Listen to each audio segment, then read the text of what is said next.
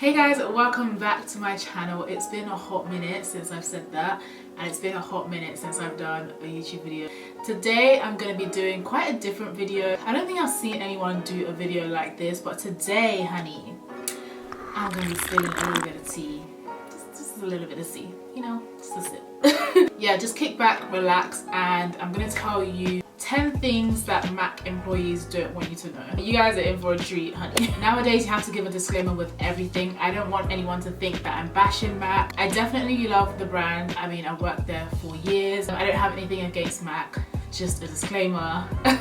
Nothing against Mac. This is not a bashing video. I repeat, this is not a bashing video. It's just kind of shining light on the things that you guys may already know, but may not know as much information as employees know. So yeah, okay, let's go back to the history of Mac. I feel like back in the day, Mac were the cult brand. Every single brand wanted to be like Mac. They were the leading makeup authority, and people definitely looked up to Mac. That's including makeup brands, consumers, everything was Mac, and a lot of people wanted their products. Everyone was so excited when new launches would come out, and I was definitely one of those people. I wanted to be a Mac girl so bad, so of course I got a job there, and I worked there for I think like 2.5 years. So the first thing a lot of people don't know about Mac, I feel like people do know this about Mac, and this is kind of what puts people off Mac. But the first thing is that Mac is not a cruelty-free brand, unfortunately. So yeah, Mac have never been cruelty-free. Unfortunately, they do sell in China, and Chinese law requires for makeup brands to test on animals. And a lot of people are not cool with this. A lot of people are not cool with the animal cruelty, and Mac know this. But of course, it's not necessarily about what people want. Is about the shmoney. So the reason Mac hasn't turned cruelty free is because they want to sell in China, because China is a big ass country, honey. I mean, the more consumers the better. However, Mac brushes specifically used to be animal hair, and again, a lot of people didn't like this. So a lot of people complained about the fact that one, they test on animals, which people feel is wrong, and two, their brushes are animal hair, which is obviously, I mean, to get the hair, the animal would have to go through some, you know, some gruesome experiences, and people did enjoy that. So of late, Mac have changed from using animal hair on their brushes to using just synthetic hair. I think it's synthetic hair brushes. So I've got my old Mac brush belt here. I'm going to show you guys. It's quite dirty, I haven't washed my brushes, but so this is what a Mac brush belt looks like. These are the old brushes. They were made of real animal hair, and a lot of people used to complain about the shedding. They used to say that the hair on the brushes shed a lot, which they did, okay? But this is one thing that people might not necessarily know. When I was working at Mac, what we were told to say, because our managers knew that people didn't enjoy the fact that the brushes were not cruelty free, and they knew that the fact that the products were not cruelty free, our managers would basically tell us to say that the hair from the brushes were made from the hair that were naturally shed from the animal. So like literally the animal was just molting, and you just picked up the hair from the floor and just put it on the brush. Sis, how? How? We were definitely told to like twist the truth, so it makes it seem like the process to get the hair for the brushes wasn't as cruel, but in reality it was. So that's one thing you might not know about Mac. Another thing you guys might not know about Mac is that most of the brushes that you guys see the artists with were bought with their own money. So us, the artists, actually built this brush belts ourselves, and we bought most of the brushes here. When we first start working, we get a basic brush belt, I think with 9 brushes, either 9 or 11 brushes, and obviously that can't do a full face. So as we're working, we build up our brush belt, and I got mine pretty full, to be honest. I don't know if you guys have ever been to a Mac store and you ask one of the girls, hey, can I use your eyeshadow brush to try this eyeshadow, and they're just like, no. That's why a lot of people think that Mac girls are like bitches, but it's not necessarily because we don't want to give you the brush. It's because we know that obviously we spent our own money to build up the kit, and if you ruin our brush, that's it, we can't get the brush back. So I remember this one time, this lady asked me to use my blush brush to put some blush on. I can't remember what blush she put on, but she basically took my brush. This is a 168 brush. She basically took my brush, put it in the pan, swished it like this, and like put it all over her face, and it literally stained my brush. So that's why a lot of Mac girls don't like sharing their brushes, because we know that customers are going to ruin our brushes, and we don't want them to ruin our brushes. So we're going to be like, no sis, you can't use my brush. I paid for this. I mean, although we do get a discount, we get a really pretty good discount. We get a pretty good discount, nothing you guys might not know, but we get, well, I think we, like I still work there, but we used to get 60% off, which is quite a good discount, but at the same time we're still paying a lot of money to build up our brushes, and we don't want y'all to use them. Okay, another thing you guys might not know about MAC is that a lot of their Christmas collections, I don't want to be the one to have to say this, but a lot of the Christmas collections that you guys see, that you guys used to love, they're trash. They're trash. Yeah, I mean, this is my opinion, no one hold me to it, but I personally think a lot of the Christmas collections are trash, and here's why. So a lot of the Christmas collection most of the time is basically all the crappy products that didn't work out in the normal range, and they just basically bring it out on Christmas and put special packaging on it and make it look fancy, and people buy it.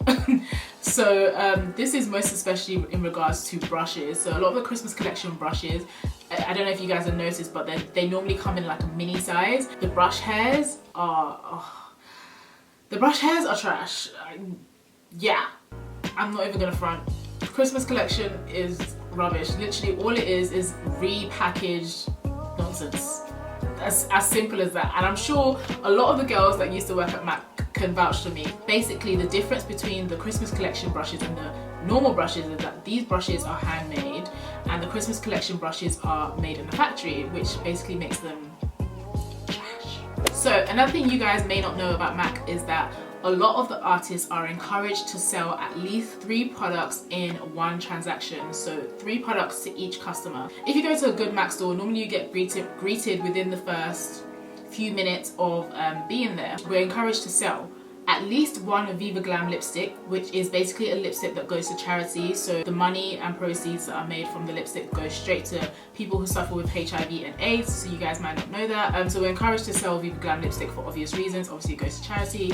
We're encouraged to sell at least 1 mascara, because MAC mascaras, for some reason, I mean, yeah, no one really buys them, so the unit sales are very low, so they encourage artists to sell at least 1 mascara. So 1 Viva Glam lipstick, 1 mascara, and 1 other product that you're looking for. So for example, if you come in looking for a foundation, we'll sit you down, we'll try the foundation on you, then we'll be like, oh, do you want to try a lipstick with that? Normally the MAC girl would, you know, direct you to a Viva Glam and say, oh, try Viva Glam 2, Viva Glam 1, Viva Glam whatever. Normally they'll be like, oh, do you want to try a mascara with that? And you try the mascara on. Basically, they're hoping that you buy the products.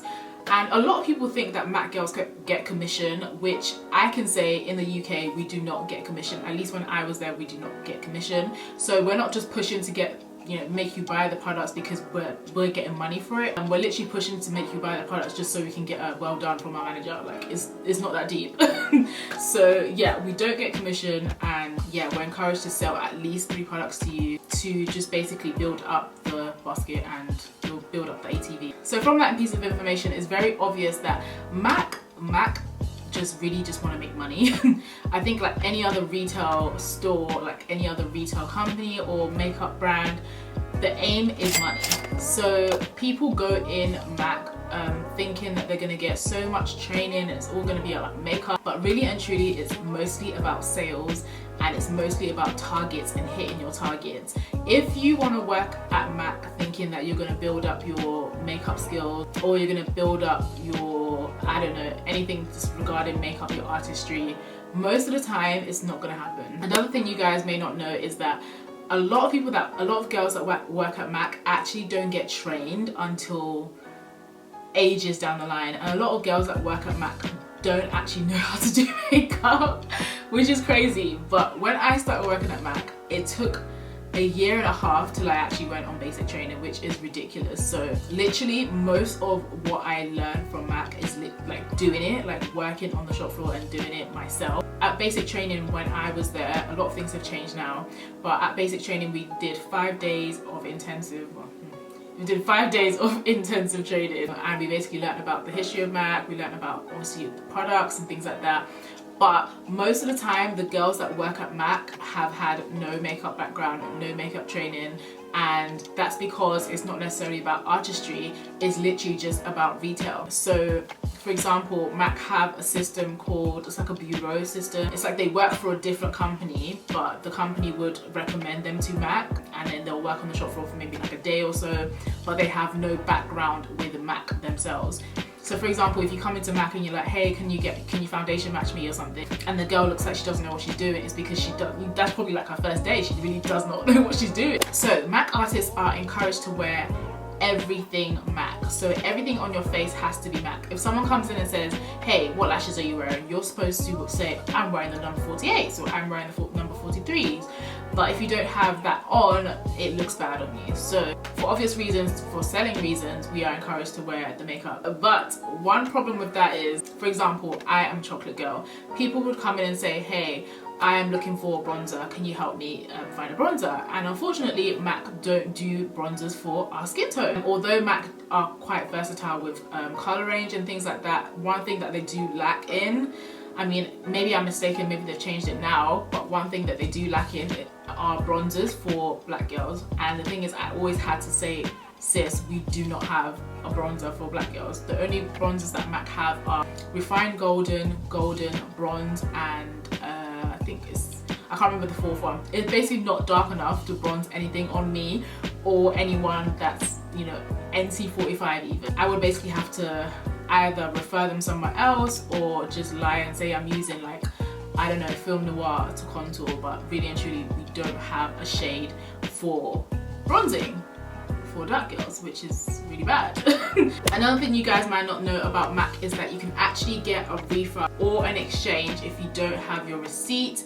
And the reason being is that we have a system called the CRM system. So it's basically where we take your details after every transaction. So say for example, you go and buy a lipstick, I would ask you for your first name and your second name. So say for example, you were to buy a lipstick, I would ask you for your first name, your second name and your email address, and we'll have that on record. For example, if you want to exchange the lipstick or return the lipstick and you don't have the receipt, we can just find your details online. Well, if they took your details, we can find your details online and we can see all your transactions, and you might be able to get a return or an exchange. And this is just purely based off the manager's discretion, but most of the time you can get an exchange or a return with that information. So you might not know that, so if you don't have your receipt, girl, you can probably still get your money back. Okay, and last but not least, this one's quite a controversial one, but unfortunately it's the truth. MAC is going downhill, and that's because they're losing a lot of money because not a lot of people, I don't want to say not a lot of people care about MAC anymore. I think MAC is definitely still up there, but people are more interested in the indie brand, and people are more interested in smaller brands, Instagram brands. And I feel like MAC took a long time to get to, you know, working with influencers, working with like the new age, you know, makeup style, and it's really taken a toll on the business, and it's reflective with the amount of customers that, you know, come to MAC. It's a shame to see, it really is a shame to see, because MAC used to be one of my favorite brands. They still are, but I feel like they are going downhill and fast, and I just pray that, you know, it doesn't get too bad. Right now, MAC are baroque, like broke. Well, allegedly, honey, I don't want nobody to sue me. But MAC are they're not doing as well as they used to do. It even got to the point where a lot of people were made redundant, trainers were made redundant because of the lack of money that MAC have. People who worked for MAC for donkey years left MAC. Yeah, everything was changing, and I guess people didn't take well to the change. It's not looking good. So you guys might not have known that, but yeah, MAC are going broke.